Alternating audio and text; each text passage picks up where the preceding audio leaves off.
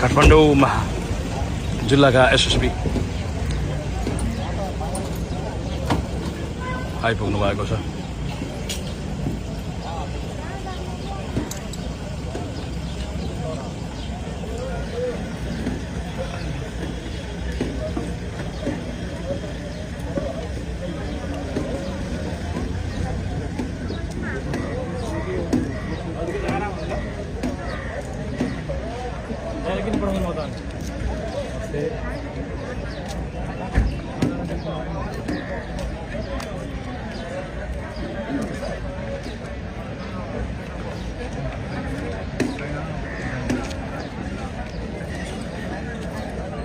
सुकुम्बासी बस्तीमा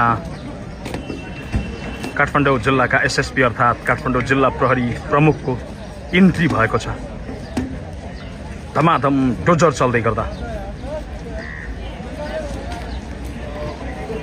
काठमाडौँ महानगरपालिकाको महानगरीय प्रहरी बल, जनपद प्रहरी र सशस्त्र प्रहरीको बाक्लो सङ्ख्यामा उपस्थिति छ।